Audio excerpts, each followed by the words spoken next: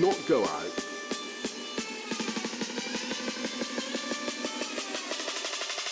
Stay at home. Start working from home.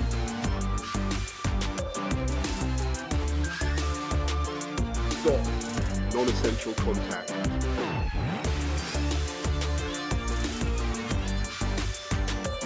Protect our NHS.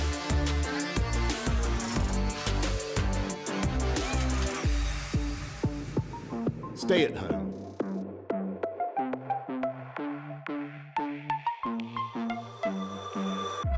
And save lives.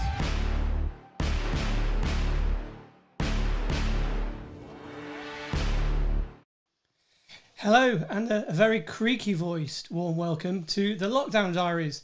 So as usual, we're live on Facebook, Twitter, clear my throat, YouTube and Crowdcast. We're going to go international today and taking a trip across the mountains to have a chat to someone I met about a year ago. After 20 years at the BBC, not me, but she was a newsreader and a video journalist. Emma Wilson resigned and followed her dreams to run her own company. I'm going to have a real problem with my throat today, but never mind. COVID, she founded Story of Your Day, which is a highly regarded wedding film company commanding 5-figure commissions from discerning clients from around the world. She's a qualified videographer, trainer and mentor, and can probably read an auto cue better than me. Passionate about inspiring and educating others, her wedding market has, like many, crashed out with COVID. But she's not let the lockdown stop her striving, so much alliteration, for more. With all her summer weddings postponed due to COVID-19, Emma has spent her time in lockdown bringing her Evolve Videography Training online to inspire and educate others. And she's hopefully there in her lovely chalet over in the mountains. Oh gosh, here we go. Emma, hello. Hello. Oh, there we go. Hiya. What? Hi, how are you? Hello, Switzerland. Hello, Britain. The Eurovision was cancelled this year, so we've got our own version in via Skype and the wonders of technology. So nice to see you again. I bet everybody was expecting like a creaky-looking old-fashioned chalet. Sorry, I can't give you that. Oh, the walls are made of cardboard, aren't they? It's just fake for the thing. So it's nice to see you at your work desk. It's been about 14 minutes since you've called me asking me about something technical. Go on, give me some credit. No, all right. 15 minutes. So that honestly though, this before we start, one of the things that I openly say this about you is that I don't understand it because you're not a technical person, but you produce some really, really lovely films. Is that your phone beeping? It is. It's fine. How disconcerting! It's so professional. My children, so is your children saying, "Mum, get off the internet. I want to play Fortnite." Well, they're in the apartment next door, so they're probably wondering where I am. Apartment, of course, you're in the apartment next door. And as I was talking about before, one of them wants to play a game, and his dad probably isn't letting him, so he's probably trying to ring me to see if I will let him do it instead. You could also just you could be on silent, of course. I've never talked about being very technical at all. And yeah, obviously I've got to have a bit of technical knowledge and I need to know my way around the camera and editing, etc. But I don't get overly excited about technical things, and I do call on you quite a lot if I do have technical issues. Yeah, it's all right, I don't mind. I'm glad to be of assistance, So I think what would be quite nice, people think that obviously live in the UK, it must be, obviously life can be quite tough at times, especially during a lockdown. I mean, you've only got mountains and hills and stuff like that. So I know you put yourself out here, and this is one thing I've admired about you, is that you put yourself out and you took time out and made a little video just to show how tough things have been for you over recent years. So let's have a look at that, shall we?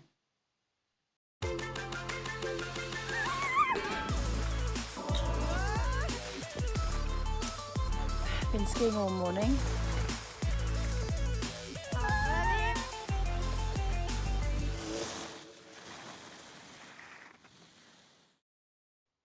Most people would feel the sadness if you can see a small tear just falling out the corner of my eye there, Emma. For the honestly, so I'm I said I'd been skiing all morning and all afternoon. I'm in the edit suite working, and obviously it's not snowing all the time. We've got like 7 months of the year when it's just hiking and cycling in the mountains out the back door. Well, that would be terrible. I don't know how you cope. So I mean, kind of my first question was like, how are you coping with lockdown in such unpleasant surroundings? I mean, I don't know. Are you managing?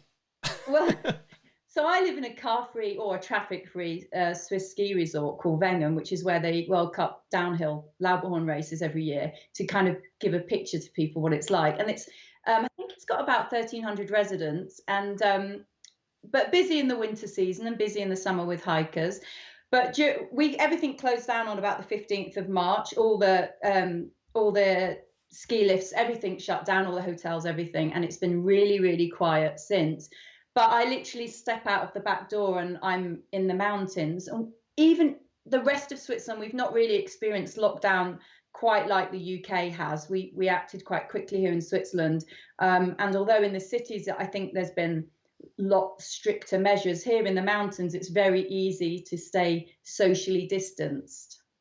I am brilliant at being socially distant. It's just that I live in a slightly different environment. We've actually got some hellos. Should we do hellos? Because that's what you do on shows like this, isn't it? So we've got, hi Emma, Doug here in Madison. Do you know Doug from Madison? So we're going to, we're going to look at Ian and Brandon's wedding, I think, later, and Doug's his dad. Oh, right. Marvellous. There you go. And we've got Steve, who's so excited, looking forward to it. He's written it 3 times. Hi, Emma, looking forward to this. Look, I don't know his surname, and I wasn't going to say it just in case, but never mind. Ever a professional. Heather says hi. Terry says greetings from Seven Oaks. And Heather, again, I'm from Tunbridge Wells. I'm from Tunbridge Wells. How spooky. Well, there we go. So there's a few hellos. So should we have a look at your work? We've been talking about it. So we'll roll this one now. I think that it's important because the thing that, like I said before, when I saw your films, I don't even remember what the comment I made was, because I'm not a big wedding fan. I don't really shoot weddings. I don't really get invited to them, to be honest. Can't see why. But when I saw the films, I've seen a lot of wedding films, obviously, and I've seen a lot of wedding photos and all sort of blurb around them. But what was the thing I said? I can't remember now. It was last year at the photo show. You make wedding films that aren't wedding films. They're stories about people and places or something. Yeah, something. Well, you added that bit at the end because I probably wasn't as eloquent. But yeah, they're wedding films. That's really good because it's a quote on my website. I stole it and took it right there and then. Yeah, no, still no invoice paid for that. But that's the point, I think, and I think it has to be obvious when we watch one of the videos. So if it's okay with everyone, I'll play this video now, and you'll see what I mean, and it become obvious. So let's have a watch of who is this? Brittany and Ryan. Radio Suisse Pop.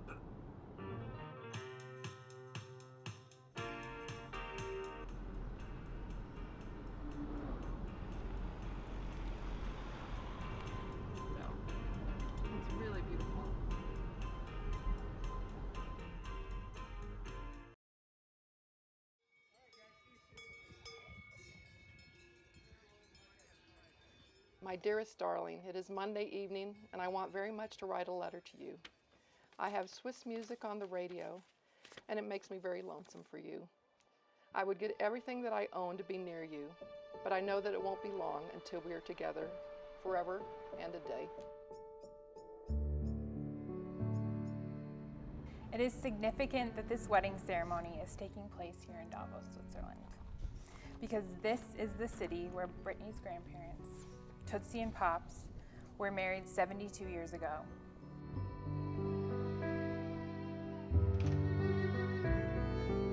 I read somewhere that if you meet someone and your heart pounds and your hand shakes and your knees go weak, that's not the one.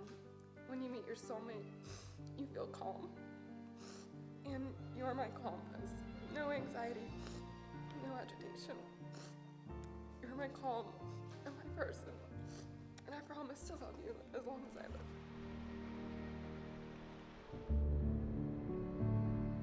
It is a wonderful night tonight. This is the 9th of July, 1946. Darling, yesterday I received permission from the Army to marry you. The order said that I could marry you any time after 6th of July, so we can be married as soon as I can come to Switzerland. Darling, every minute of that forever will be wonderful. My whole life has taken on a real new meaning since we decided to be husband and wife. Life was good to me when it let me meet you. Ruth, believe me when I say that I could never be completely happy again without you. They were engaged in the Settee where we're sitting right now, and that's where he officially proposed. And they got married in Frauenkirch, so it was a true love story. Brittany, it seems like just yesterday we were in Orange County on our first date, which was very romantic, by the way, as you know. Fast forward to today and I wouldn't change a thing. I've loved every minute. You are so bold, steadfast, caring, faithful, daring, kind, empathetic. You're a dreamer, a traveler, a believer in me, hopeful in me, and in people. They look awfully happy, don't they? They do. And we wouldn't be here if it wasn't for some little meeting in a little hospital in Davos.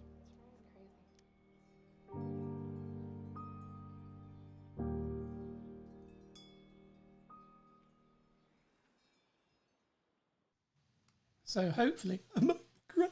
I think that people will see what I mean about it's a film about people that happen to be getting married, but it's a story. So do you want to tell us a little bit? Don't go off on one. Just a little bit of information.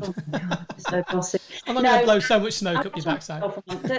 point is with this is I actually had the choice of 2 weddings when I accepted this commission. One was a beautiful wedding on Lake Lausanne with a really gorgeous couple, really high-end wedding, lots of guests. And then Brittany contacted me and told me her story. And I was immediately really, really excited by it. I thought it was far more interesting than just filming this other wedding. And I was eager to hear more. And although I knew it would be a challenge because there were only 15 guests coming over from Texas, I knew that I would be able to go back to my roots of telling a real story.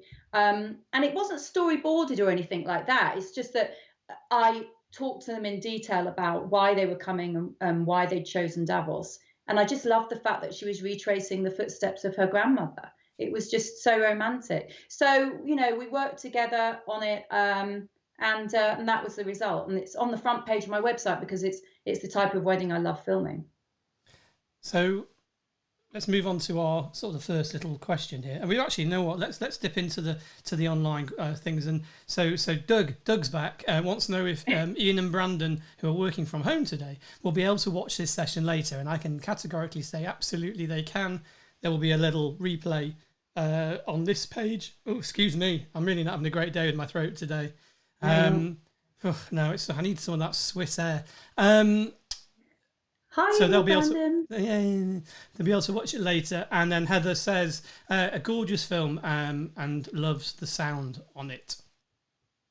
Which That's is something important. we can talk Heather about knows later. Yeah. Is Heather one of your? So Heather came on one of my trainings before, but and she's also shadowed me at a wedding. So she knows how important that audio is for me. Audio is half the story for me. So in terms of storytelling, it's really, really important. So Heather is hopefully going to pick up on that because she Heather's clearly picked up got the eye and ear for it, and so testament to your training. She's a great student. She's one of my best. Well, she was one of your best. You said that about the other girl the other time. Anyway, so with the wedding scene, how do you feel about trends? Because a lot of what is done in terms of media, like whether it be stills or photography, is generally a lot of it follows trends. How do you feel about that? Well, so for me, it's really important because I don't follow trends, and I think when I was when the name Story of Your Day came up, I actually got it off my dad. My dad came up with it because I was working at the BBC at the time, and I'd started to do this part-time, and I said to my dad, can you come up with a name for my company? And he's good at those sorts of things. So came up with Story of Your Day. Because I'm a journalist and because I'm a storyteller, sometimes I regret that being the name of my company now, because telling a story is on trend, especially in the wedding industry. Well, actually all around, everyone talks about telling stories. But yeah, so it's frustrating because I don't want to think that I'm on trend. And in terms of how I film my weddings, my ethos and my USP is a woman with a camera telling your story, and that'll never change. It'll evolve and improve and get better. But I don't look at other people's work and make sure that I'm doing the same thing as everybody else. For me, it's really, really important that I have found my own niche, and I stick to that. But it's also really important for my clients as well, because that's what they buy into. They buy into this storytelling experience. And this is really important with things like color grading as well, because there's trends with color grading sometimes, and it all looks a bit brown and a bit murky, and I'm like, oh, I don't want to follow that. And so when I color grade my films, I always try to use colors that accentuate the day and actually what happened, because it's all about telling that story. But no, I don't use gimbals. I rarely use a drone. I always keep very intimate with my shots, whichever the wedding is. So I don't start with bog standard establisher shots or anything like that. So it doesn't ever look very corporate. So I like to think that I look at other people's work, but I'm inspired by my couples and my clients rather than other people's work. So I don't really follow the trends. What are the trends at the moment? I don't know. Are you asking me? Do me a favour. The word Rick and trend in one sentence is just oh yeah, sorry. Do me a favour. So that would answer the thing about you. Do you see yourself as a videographer? You clearly see yourself as a storyteller, or both? I say I'm a storyteller first and foremost, and a filmmaker second. And back to the drone thing. Have you actually used the drone that you bought last year? No, so I bought a drone, as you know, as well as my Osmo Pocket, which you showed me how to use, and I use that all the time. To be fair, you do use it all the time. Have you taken the? I've not taken it out of the box. I don't think you would. No. Yeah. It's an antique now. You realise that, don't you? I know. I should have sold it before now. I know. So, with that, should we have a look at? And Doug will be happy. So Ian and Brandon, we've got a small clip of just for Doug. Where is he? Wisconsin. Yeah. Yeah. So and Ian and Brandon were in Chicago, so I think they're still there. Yeah. Oh right, okay, fine. So, but they're working from home. But hello to them when they get back from working from home. But should we have a look at? This is a small. This is only a minute or so. Just to give you an idea of a little snippet. Let's have a look at this little snippet. Let's run away and find a field of sunflowers. We'll let them teach us their choreographed dance they do with the wind. We'll wander back home and do the same dance in our living room, remembering the freedom we felt with the dancing petals. And those days we don't feel like dancing, we'll remember there is always a place we can go to get away from it all.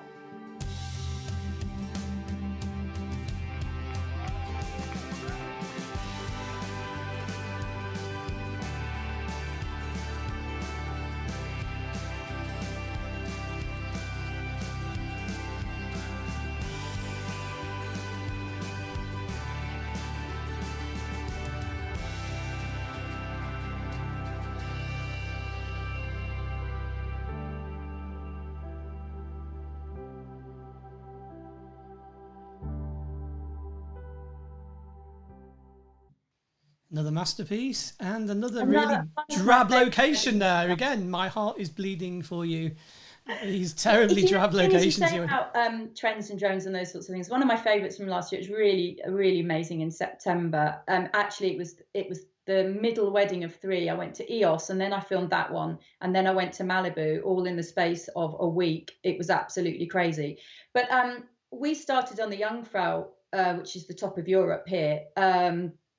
A mountain, and then we're on Lake Thun and we're in Bern. But the point is, for them, their story, that sneak peek is at their first look, and it was actually they wanted to replicate how they first met, so we kind of retold the story in a film of how they first met. Again, so that I could have started with so many amazing impactful shots of the scenery, but it's about their story, and the film is for them. It's not for awards. It's not for other videographers to impress peers. It's for them. You know what? We didn't have a question about awards, so let's just leave that because I think I might know your feelings on those.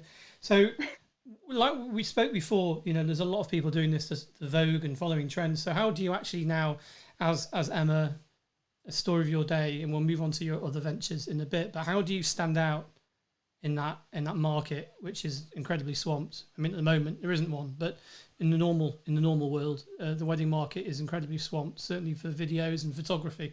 So how do you fight it or not? Yeah, I mean, you have to find a niche and you have to stick to it and commit to it. And it does mean that you're narrowing your audience, but as long as your audience is who you want your audience to be, then that's perfect. I don't pile them high. I think I film about 15 weddings a year. I charge at the higher end of the market, so I don't have to film 40 to 50 weddings. But those sorts of videographers are, but they're not going to have time to craft so many of their stories. So they are going to churn out more mediocre films. So they get themselves stuck in a bit of a rut. In order to stand out, you have to make sure you're doing something different. Plus, you know, on phones these days, the stuff that my kids film and then edit, soon computers will be able to do these generic sort of imagery with music montages and, you know, press of a button. So we need to make sure as humans that we stay above and beyond that technology. And as far as I know, computers can't tell these stories yet. And so that's why I have to focus on my client, their experience, their story, to make sure that every single one of my wedding films are different. If you look at any of my trailers or any of my feature films, they are all completely different. Whereas a lot of others, you can see this formula laid on top. And it's the same, it's different music, but it's the same wedding with different music, different people, but they kind of follow a formula to how they lay their films out. Yeah, they're edited. They don't have time. They're not sharp enough. No, they're edited to a template, and they just drop the shots in there. But also, one thing is important, actually, to know is that you yourself aren't a photographer. No. So you don't offer photography and videography. I mean, I guess you call people up if people want to have a photographer. You know who to call, but you don't do the photography yourself. You don't split yourself between photo and video. I sounded like a Ghostbuster then. I know who to call. I don't offer both. Sometimes with small elopement weddings, they don't want a videographer and a photographer there. But I explain to them that while they can have some screen grabs, they are not high quality. And I always recommend that a couple has a wedding photographer as well as a videographer. I think that's really, really important. But of course, I'm not threatened by a photographer because more and more photographers are moving into the market. And while they've nailed some elements of the filmmaking, there's other elements they find it hard to get their head around, you know, like audio. So therefore, you know, I happily recommend photographers. Audio and personal hygiene. So do you, you know what they're like, these guys with the cameras. There you go. Enjoy. Is that from the vineyards or is that from the? No, it's from my neighbour. All right, they got a vineyard, have they, as well? Swiss wine. So how do you have a formula for working alongside photographers, or do they just get in your way? How do you view them generally? Are there some ones do you worry when you go to a wedding that you're just going to get trampled down? I don't have any surprises on the wedding day. I think I shock photographers because every time I film a wedding, I will call the photographer beforehand, and it's always really interesting to hear their reaction because they're like, "Oh, who's this calling me?" But I'm going to talk to them about my filming style, what cameras I'm using, what lenses I'm using, especially for things like ceremony and speeches, to show them that I'm working as part of a team. I'm working alongside them. Of course, especially in France and some areas of Europe, it's difficult because photographers get in very close and personal on prime lenses, and they can manage to get in 3 camera angles that I might have, 3 video camera angles I might have set up for the ceremony, and it's really frustrating. But ordinarily, I've talked to the photographer before the day to make sure that we're working as a team to get the best for the couple. And then when we do things like portraits, I generally let them lead the time, but then I might say give us the couple a couple of suggestions. Also, because I do mostly destination weddings. I normally am there a day ahead to work with my clients, and then I do something different with them, and I don't have the photographer around me, so that's really good too. What I was trying to get at is, have you ever wanted to punch them?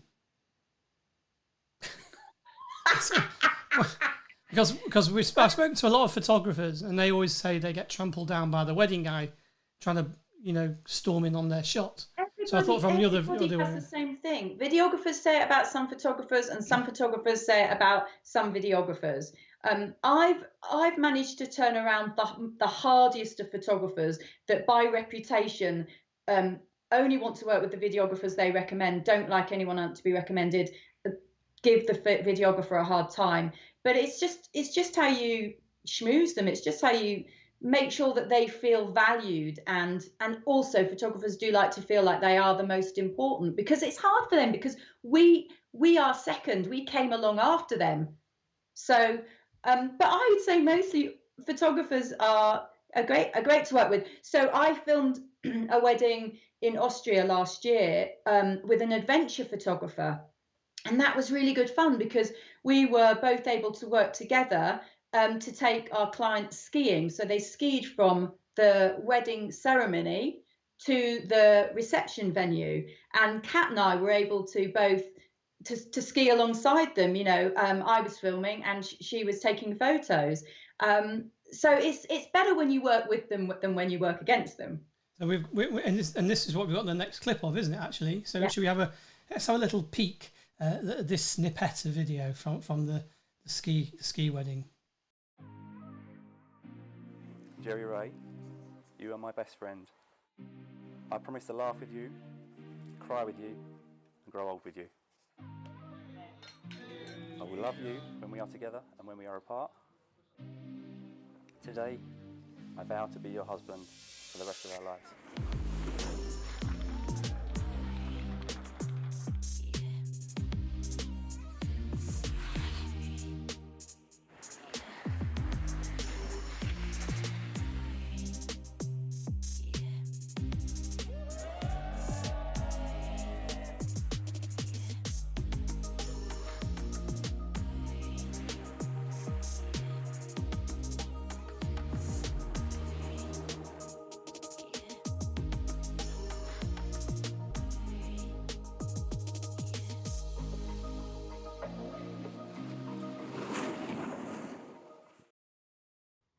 There we go. See, another wedding. Obviously, I couldn't assist you on that one. The photographer coming in the power snowplow behind for that last shot.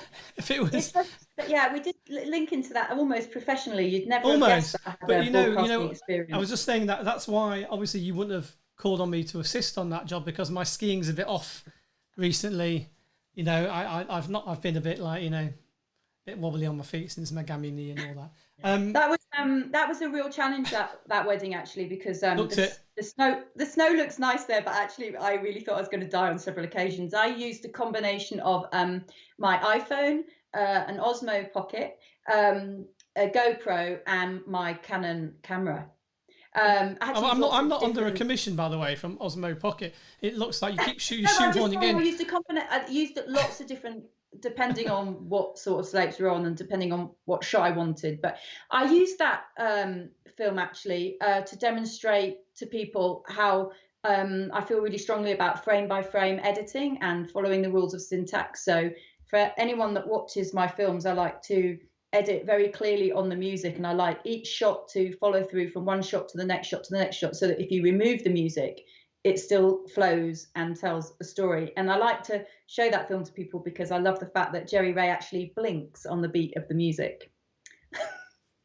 There you go. See, that's the sort of OCD that I would do, but no one else will notice. But I would do that, and people will be like, what are you on about? But I think it makes but it's subconscious that people notice that without realising it. It's so important, those little things. Yeah, I teach that to people. You don't know why you feel so good watching that. Right. But it is because she's belly dancing in time to the music. The guy's mixing in time to the music. Jerry Ray blinks. Everything, they ski. Everything's, done for a reason. Yeah, I agree. I totally agree. We've actually got a question. Should we go to a little? Should we go to the? I'm going to move your little window out of the way so I can see. I don't know what this means. Paul has written, how about hers and his story? Is that an in-joke that I'm not aware, or is it? I don't get that. I don't know. Well, Paul could be my dad. But it is. Is it? Does his Mert Kamasi? Is that your? Yeah. That's your dad. Emma's dad winding you up. Yeah. Dad. Hi, Dad. I don't know. He'd stop having to be. He just has to be outright, and then you can decide whether it's okay.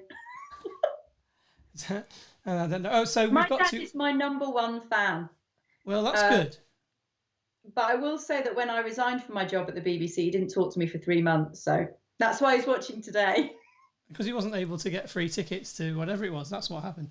Right, we have got a couple of questions here. So we'll go for the first one is, are there particular feature films that have inspired you in your work?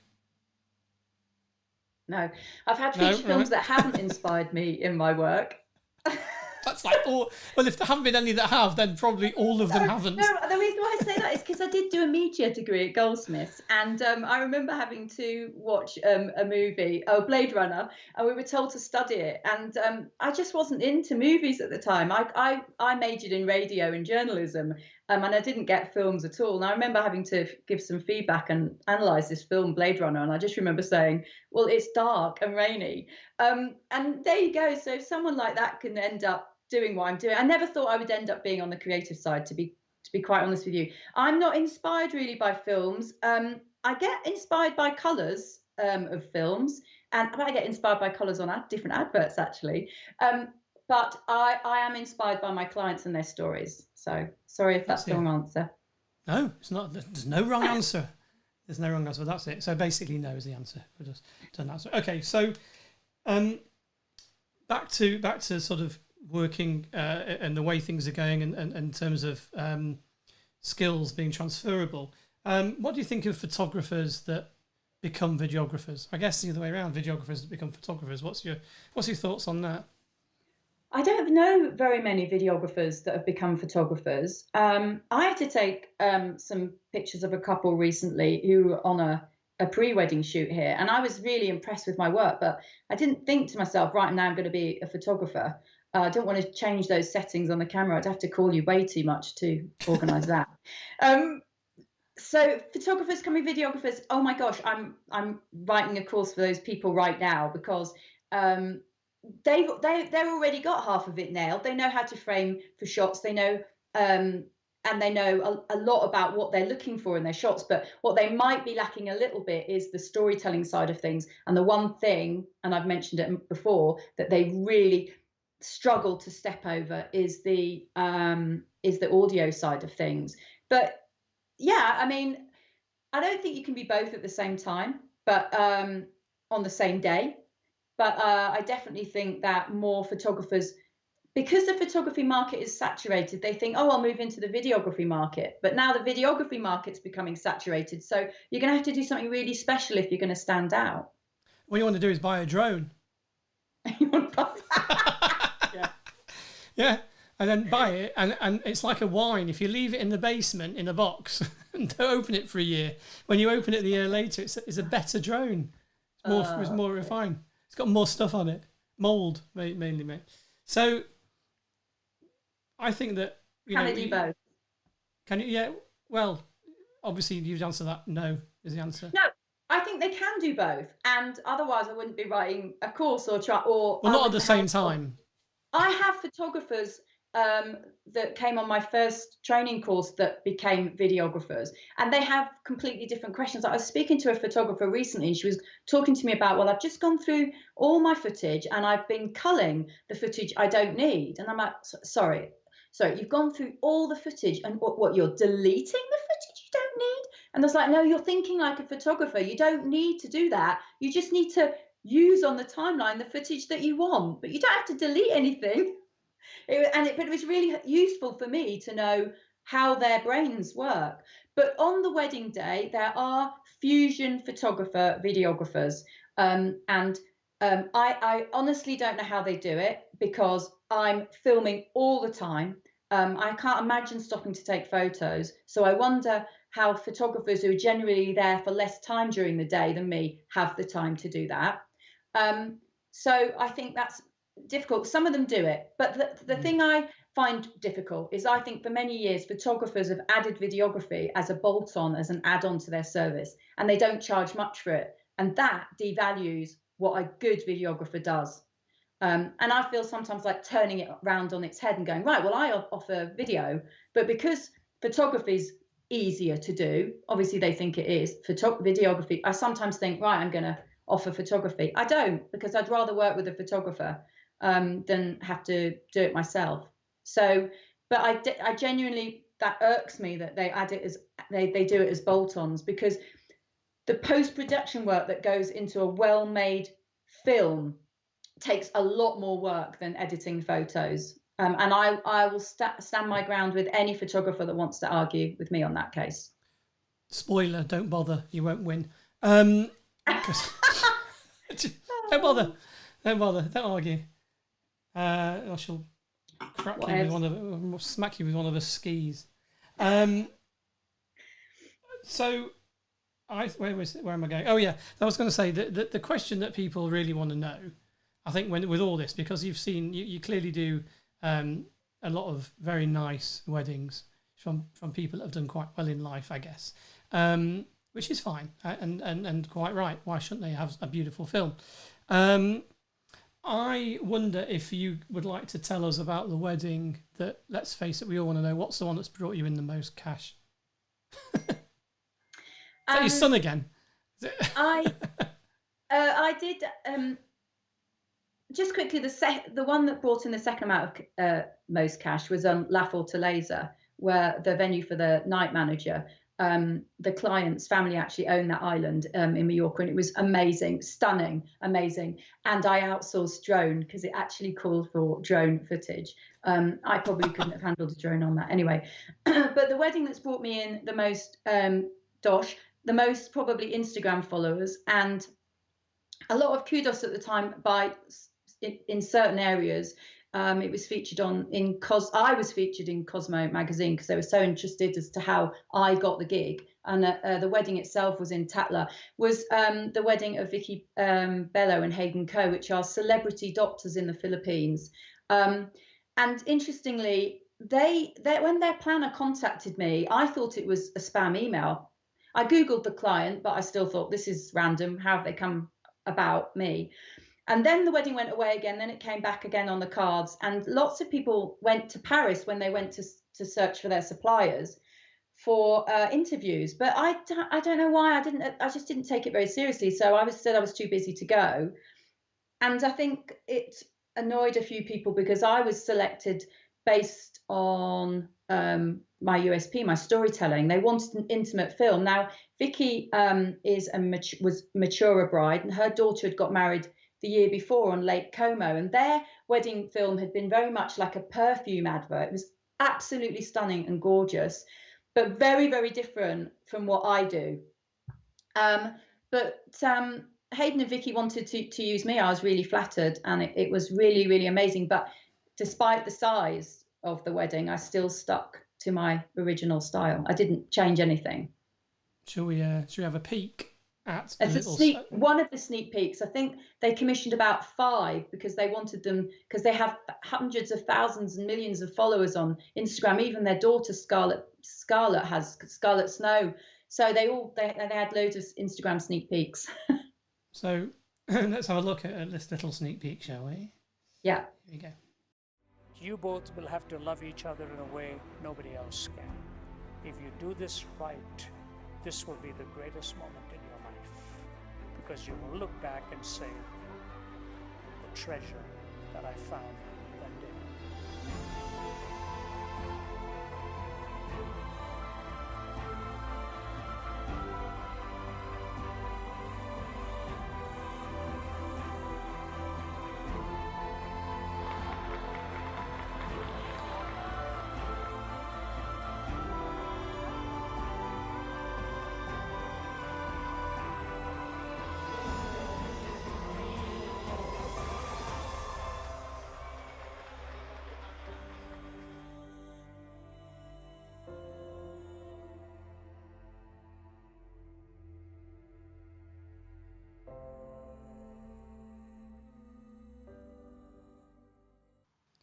There we go. So that was actually an interesting one because I didn't have any contact with the couple beforehand, and I ordinarily do. I just had contact with the planner. And I arrived in Paris 2 days before the wedding for a recce at the Palais Garnier at the Opera House. And there was also a party the night before on the River Seine on a private boat. And they were getting ready at the Ritz, as you could see. And I got a bit of a shock because I was just me and an assistant.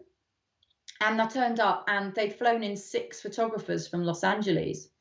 And I just said to the planner, I can't cope with this with just me and an assistant, because I can't help if the photographers get in my way. Anyway, so I flew in another videographer that day. Then we managed, there were the 3 of us. At one point, I think we had about 8 cameras. And I directed the whole thing. But operated 1 for most of the time, and then 2 or 3. And yeah, it was really, really fascinating, really, really good fun. Actually, they said to me at the time they preferred the videography. So I was thrilled. So to photography then? Yeah. Well, the thing that was really random is to New York? For the kiss, all 6 of them walked down the aisle. And I know they're all on different lenses, but I was like, hold on, there's not anyone else from a different... You know, I only got a shot of the kiss from the balcony because they were blocking every single camera. It was like, come on, you know. We have another question on the boards for you. Okay. I know the answer. Do you carry out your own editing? Yeah, I do everything.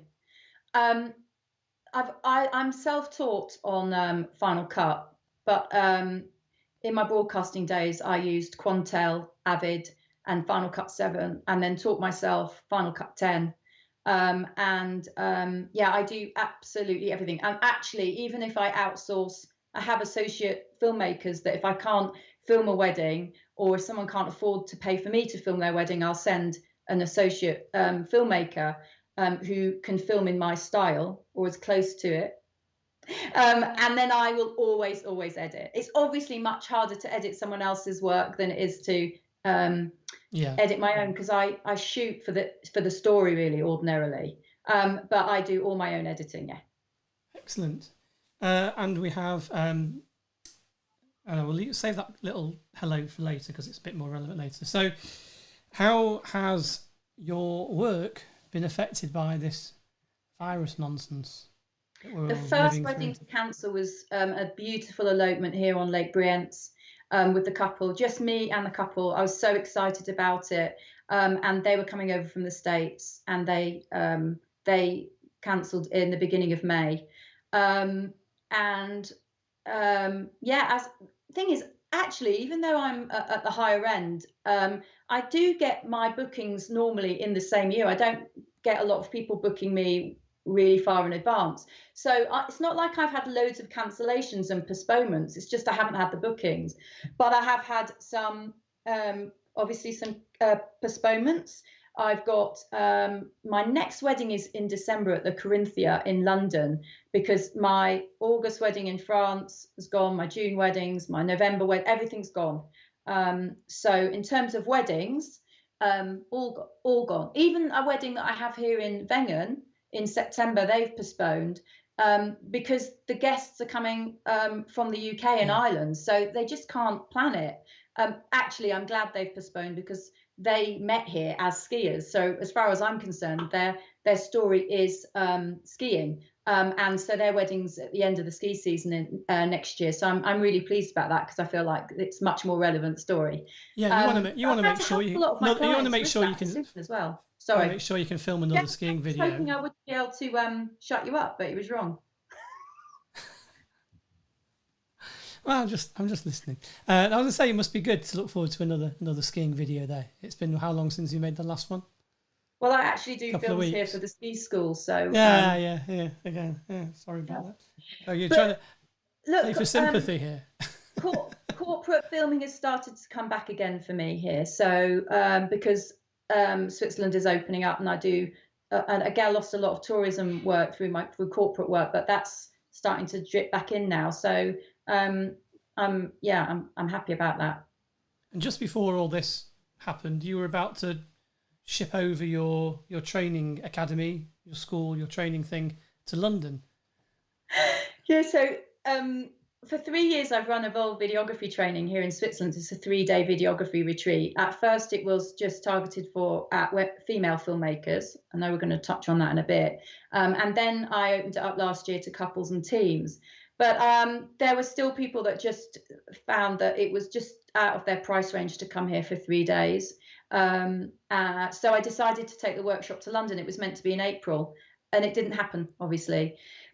I have seen this lockdown for me as a very positive elements of it, especially on my business side. It's very positive because I've always wanted to take Evolve online. I've always wanted to write an online course, and I could have sat back and had more family time, I guess, or I could have maybe ensured that I have more family time in the future by writing an online course. So literally 14, 15-hour days been working on Evolve Online. So yeah, I've been working really hard on that. And actually, that's one of the someone's written something. Jen has said, "So happy you've now created your academy. I really enjoyed seeing the highlights from his work. Beautiful seeing the story, the videography, narration, the sounds, and the music." Are you paying people to join the show? So actually, Jen had a lot of insight because she wanted to come to Evolve London and said in about February, "No, I can't do it because I'm a bit worried about COVID." And I was like, "What is she?" Oh, anyway, there were still loads of people that booked. I think about 12 people booked. So I was thinking, well. So Jen was definitely one of those people that was really pleased that it didn't come, because as soon as I went online, she snapped up a spot. Marvellous. There you go. There you go, Jen. So should we have a little look? Because I did a screen grab. I don't know if this will work. We can talk over this. There's no music or anything. Admittedly, I wasn't skiing. I can't. But here's a little sneak peek, I guess, of what you've been up to over the past few weeks, and yeah, I can testify that you have been extremely busy. Yes, that's not the course. That's just the page to get people interested in the course. Yeah, writing the course content has been amazing. I've really enjoyed it. But I actually went on an online course to learn how to write an online course, not how to write the content for mine, because all the content was in my head, but I didn't actually know how to put it together. Behind me, you'll see the board with the stickers on. So that's the content creation, that's had to go through the modules and then the content for the modules. And I wouldn't have known where the first place to start without having that as backup. It also cost me money to buy that course. So that made me more accountable, because otherwise I reckon I'd have just gone, I'm exhausted now. I've tried my best, but it's just like writing a book. I've always wanted to write a book. I'm going to give up now. But actually, I was accountable, and that's why I've made my online course accountable. That's why there's a private Facebook group. That's why there's Q&A sessions, so that people don't buy the course and think, right, I can just buy it and then not do it. I will be, and anyone that's trained with me will know this. I will be checking in on them, and I will expect them to have done their homework. Oh. Well, that's enticing, isn't it? Cracking the whip behind them. But your course is aimed at female filmmakers, and you've hit a bit of criticism over the years, I guess, with your female-only products. So what's the background to that? Very innocently, when I first entered the wedding industry, there were not very many female videographers around. They just weren't. And I often felt a bit intimidated when I asked, especially technical questions. And I was a bit scared to share my work, ask questions, put my name forward for referrals, those sorts of things. So I started up a Facebook group for female filmmakers. There are others around now, but mine was the first one in Europe. It's called the Female Film Creatives. And there's now 450 members. And they're from all over Europe in all different levels. And I have, the founding members. It's really great that they're still on board, because they help out as much as I do when the newbies are asking questions. So it started from there, but very quickly I realised there was a need for a training course for female filmmakers. And so I started Evolve. And yes, I posted it in a few groups for men and women, and there were some people that said I wasn't inclusive, that I was sexist, that I was a man hater, etc. I mean, the funniest thing is I have 3 brothers. I've always worked in male-dominated industries. When I was a journalist, I was in sport and business. You know, I was referred to in the newsroom as Massey, my surname at the time. I've got 2 sons. You know, I don't have very many female friends. I'm a tomboy. So it's not that. I am passionate about empowering and inspiring other female filmmakers, but I also love training, and that's why I opened up the doors to other videographers, to everybody last year. So at the moment, the Wedding Academy is for just female filmmakers, because I needed to decide who were my priority and who did I want to direct my course at first, because you can't go to, it's like with weddings and your style and ethos, you've got to be niche.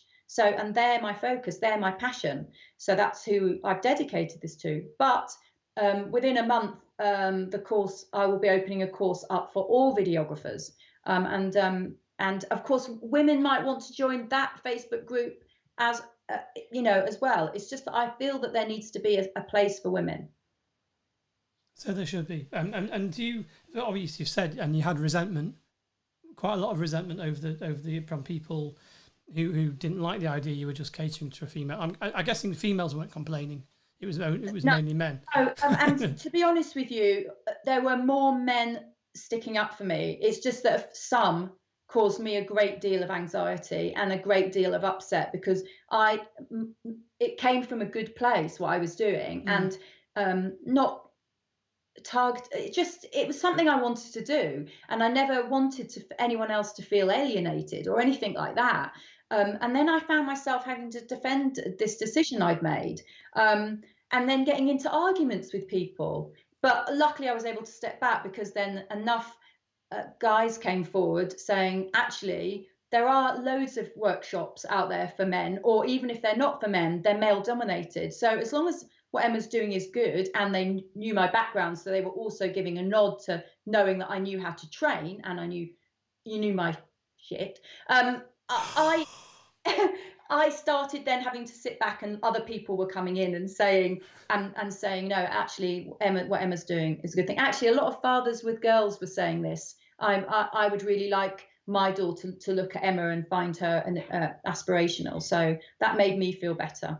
Not with that potty mouth, they won't, will they? Sorry. The first person to say that on one of my programmes. I think we've been very good so far. I had Jeff on the other week. He managed to get through a whole hour without effing and blinding. Which I've is, done really well so far. Anyone that knows well me done. Well done. I've done really well. Keeping the Tourette's right at bay there, Emma. So to sort of bring it back round to the here and now, what's your thoughts? I mean, we've had the different guests we've had over the last few weeks. Obviously no one knows what the future is going to hold. No one really knows what's going to happen tomorrow, the week after. What's your sort of hunch about where we're going after this, the COVID nonsense? I'd love to use one of your favourite phrases now. No, I'm just going to cut you off if you use that phrase. The new normal. No, I don't believe in the new normal. In the fact that maybe I'm not experiencing it, but you're already seeing Southend today. That's the new normal. Like, the thing is, weddings are always going to be a social event. I think it might mean that there are more people that didn't do it last year and want to go away and elope, or might want to not risk having a big wedding and have a small wedding. But their weddings are a social family event, and big events are going to start happening again soon. Think of football, think of concerts. All these things are going to start happening. Therefore, weddings with 120 guests, whatever, will start again. I think the wedding industry has been so badly affected by this, but that's why, as well as being a wedding videographer, I've never had all my eggs in one basket. I've also done corporate. I've also done my training. So I've not suffered as many as, like, I have videographer friends who are married couple, just videographers. I can't imagine what they must be going through. Or photographers the same, and they've got everything thrown everything into the wedding industry. I think I think it will take time, but I mean, I'm already having lots of inquiries for next year for people realizing that they need to act. They need to act quickly and they need to act soon, because next year is going to be a really busy year. And I think while videographers have probably had, most videographers have had quite a hard year this year, I think next year is going to be harder for them, because I think they're going to be exhausted. And I'm going to see loads of girls in my group, ladies in my group saying, asking for people to edit for them, asking to people to film for them, taking off more than they can chew. I think that already people are, they're going to really, really struggle next year with workload, because everybody's gone into next year. And I think, but I think the wedding scene will be back. I'm positive about that. But do you think also, as well as being rammed, possibly, assuming that everyone can go out and do stuff, do you think that this time right now, I mean, there's two schools of thought that I've heard on this. And a lot of people like you have sort of said, you know, you kind of needed this time. You needed the will to stop a little bit to get your head around doing the course. And I've used it to learn new stuff. And I know lots of people that haven't been despondent, which is unusual for me because I'm a miserable sod, 99.9%, as you know. But actually, I feel okay about the situation right now. And other photographers that I've been speaking to, and also and Jeff and Pete the other week, you know, this is a time where possibly a lot of photographers may fall away that might not have been committed enough. And the ones that have generally got the passion and the commitment and the clients and the drive to keep going, it'll be the ones that will rise up again, and they'll be the ones that will benefit. So the ones that almost like the pretenders, the ones that are kind of doing your wedding for 200 quid, you know, and 200 quid in the chip butty, you know, those people will fall by the wayside because they can't afford to keep going right now. And then they'll have disappeared by the time we all get back, you know, in a year's time or whatever, or 8 months' time. You know, do you think that's the case, that some of these little... I do, but I also think that this is the time to be brave. Like, I know a photographer who's an amazing wedding photographer, and he's also amazing sports photographer. You know, when you see those amazing shots on the back pages of the papers in the UK, you'll often see his name. And he's really, really talented. He's got a very interesting Instagram feed because it's footballers and weddings. And my heart was broken like about 2 months ago when I heard that he'd taken a job on in a Tesco bakery. I was like, oh, I don't know if I can bear this. But actually, then I started thinking, good on you. You've got a family to support. This is so cool. This is so amazing. You know, while I decided to do something, I'm you know, I am married. I've got a husband that was able to support us as a family through this as well. And I have my other work. But I have been able to throw myself into something I'm really, really passionate about. I'm pretty sure he's not passionate about the baking at Tesco, but he's not stopped. And it's these people that are brave, that they're fighters, they've got tenacity. They are the ones that are going to be okay. And to the videographers that come to me now saying, I want to learn now, but I'm worried about investing now. That's why I've tried to spread installments out with the costings for my online course, because I'm saying to people, now is the time. Yeah, you've got time. You know, you might feel like you're on pause, but now is the time to invest in you and your business. 100%. Yeah. And then in the future, it'll see you right. And you come out the other side with a massive load of new skill set. I've got to put this comment up in reference to my miserable Git 99. Someone's supposed to put that on Facebook. You'll like this. I don't know if you can see it. There's Lynn. I didn't want to put it up when you were on screen because I thought it might look like it was referring to you, but I think that's the quote of the day. I think. Yeah. Thanks, Glyn. Is there any more questions? No, I'm just having a quick look. I think we're done. I think Jen's now worried that you're going to be whip cracking over on the course. She said, "Oh no," and a smiley face.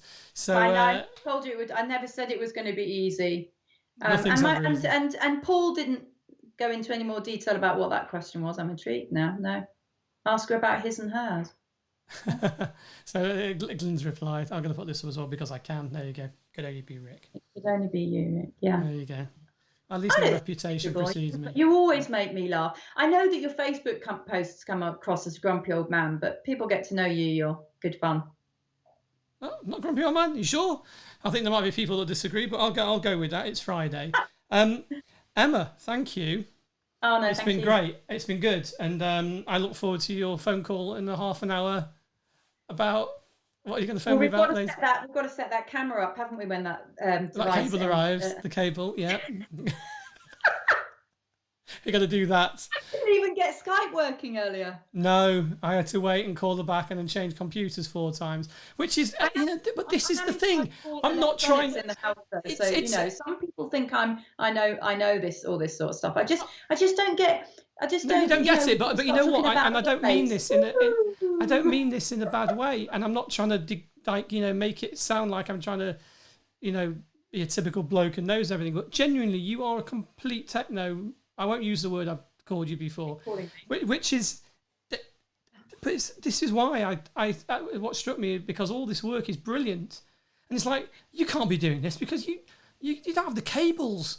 How do you get on the shoot? I kind of worry sometimes. Like when you get on the shoot, do you just open your bag and it falls on the floor and you just go, because you've got a bag of tricks, sort of small everything. And you've got tons of stuff, and you've got all the right gear, and I'm like, how do you know it all goes together? No, I don't have a load of gear, and I always take only what I need, and I always avoid said you had a sound bag, no had tons of stuff, you said. But it's, to me, you just don't need to, when I ask technical things in some groups, and some of the answers I just completely switch off. It's just, it really. Oh, I agree. There's no need to go into, the physics of it, but it's quite astounding because if, I say something, you're like, what? I'm like, hang on, you do this for a living. I guess it goes to show that creativity's here, and you don't actually necessarily have to have a degree in physics to be able to produce some brilliant work. And I hope that recently, and you said, I just don't understand how you've been able to put that together. No, did you do that? A huge compliment. Well, it can be. I'm just very conscious, of all the women you've got going to come to your workshop. Who's that bald bloke saying you couldn't do anything? That's not what That's not what I mean. It's like it's an incredible feat because it just proves a point that there are guys, and I'm guilty of it at times as well. We'll sit there and geek out over bit rates and color grades and whatever it is, and you can talk about on that color grading. Can I just give you an analogy? So an element of my course is about color grading. I know. I watched the video. Be quiet a minute. And I had a lot of girls in my group saying, I want to know about color grading. And I was trying to explain to them, but you're not, some of you aren't ready yet. You need to have good footage before you can grade. You need to know how to color correct, edit and color correct, because color grading isn't a magical fix. Anyway, then I started panicking, thinking, right, I'm going to have to really put this color grading webinar together, this screen share together to show people how to color correct, primary color correct and the color grade. But I'm one of these people that I think if I can't do it brilliantly myself, or because I'm self-taught, I didn't want to teach others bad habits. So instead of thinking, right, I'm going to do this, it's all about me. It's all about me. I'm just going to do it. I approach Color Finale, and I use Color Finale for my my presets, my LUTs, and my grading. And they jumped on board. They said, we've got Color Finale 2 out. We'd really like to do this. So instead of it being a screen share with me or a screen share with a Color Finale geek, it is, in fact, a screen share with me and the Color Finale geek. No, he's not great, but people have said the reason why they found it really good to watch is because I was asking all the questions that they would, no, hold on, wait, no, what are you doing here? Why are you doing this? Oh, so this does this, this does that. Hold on, let's go back a bit, let's do this. And I was asking all the questions that anyone might be asking or going, well, he says you got to do this, but I'm not really sure why. And they said that's why they love that training, because I took it through step to step. And even though I'm not a layman at color grading, I kind of took on that role so that people would understand it. But I certainly didn't want to teach people and train people all by myself on it, because I just thought, wow, what if I'm not taking the right steps, or, going about it around the houses when there's a quicker way. So Steve said, thanks for this, guys. Enjoyed the watch. And Jen, who's trying to now dig herself out of the hole she dug with the oh no. I really enjoyed this. I'm glad I remembered. Speak soon. And then I think it might be your father. Emma is a lot of woman for one woman. All right. He's never said that to me before. I don't know. We must have. I think he's been preparing these lines clearly over the last couple of days since you told him. then Jen's back before she's going to get. And I love the fact I love the fact that Emma is a no shit woman. So she's not referring to your lack of fibre. I assume she's referring to your attitude. Yeah, I think so. Yeah. And then what Heather's just done a what clap. You get. There we go. Which is probably why we get on so well, even though we're completely different. That sounded like a dating show, like some sort of weird blind date. And Heather's just done an emoji, which is that. So I think that's a round of applause. I'm looking forward to us doing our duo at the photography show, and I'm really looking forward because I'm sure that it will happen next year. It's going to be so much fun. I don't know when it's going. Well, it's meant to be happening in September, but yeah, it's meant to be happening in September. Well, if it happens, people have got a wedding bingo to look forward to between you and a lot of banter. It's going to be spectacular whenever that happens. Emma, yes, it's Friday. I think. What time is it for you in the awful place where you live? It must be getting on. Beautiful day. I'm going to go and sit on the balcony. I'm going to go and sit on the balcony and enjoy the spoils of your hard work. But Emma, thanks so much. It's been marvellous, and we'll hopefully bigger and better things in years to go. What's down there? You're gonna put the link. I've already been there. It's already been there. Actually, I've popped it up in the chat room on Crowdcast. The link there to Evolve Training. So if you do want to pop over and see what Emma's been toiling away at over the past toiling absolutely exhausted. Heather's now intrigued about what wedding bingo is. Oh, Emma, Heather, you're in for a treat. You just have to come along and see. Honestly, you know, it's the seminar to end all seminars, quite literally. You know, Heather met me at a photography show. She watched me last year and she watched me the year before. And she's always in the front row. Oh right, so Heather's your stalker. So is that where this is? I've got Steve. He'll admit it. But so we can possibly expect that Heather will be in the front row for wedding bingo. She'll probably win. I expect her to be to be fully involved with the competition and when we do play it. But for the meantime, it's that time of the show again where I thank you for joining us from your chalet. Go and see how Heidi is with the goats and make sure that they've come down the mountain for their evening meal. But in the meantime, thank you, Emma. Good luck, and no doubt we'll speak in about 10 minutes. But hang on the line, and we'll chat after the show. Okay, cool. That's what they say, isn't it?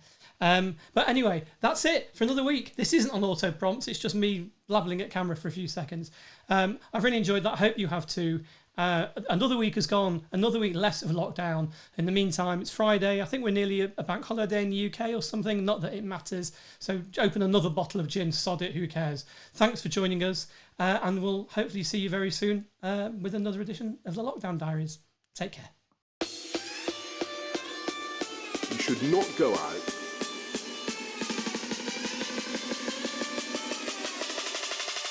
stay at home. Start working from home.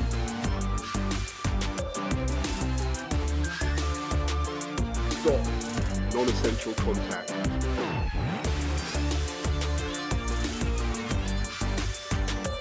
Protect our NHS.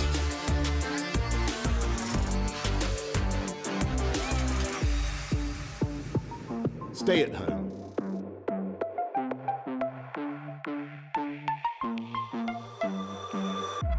And save lives.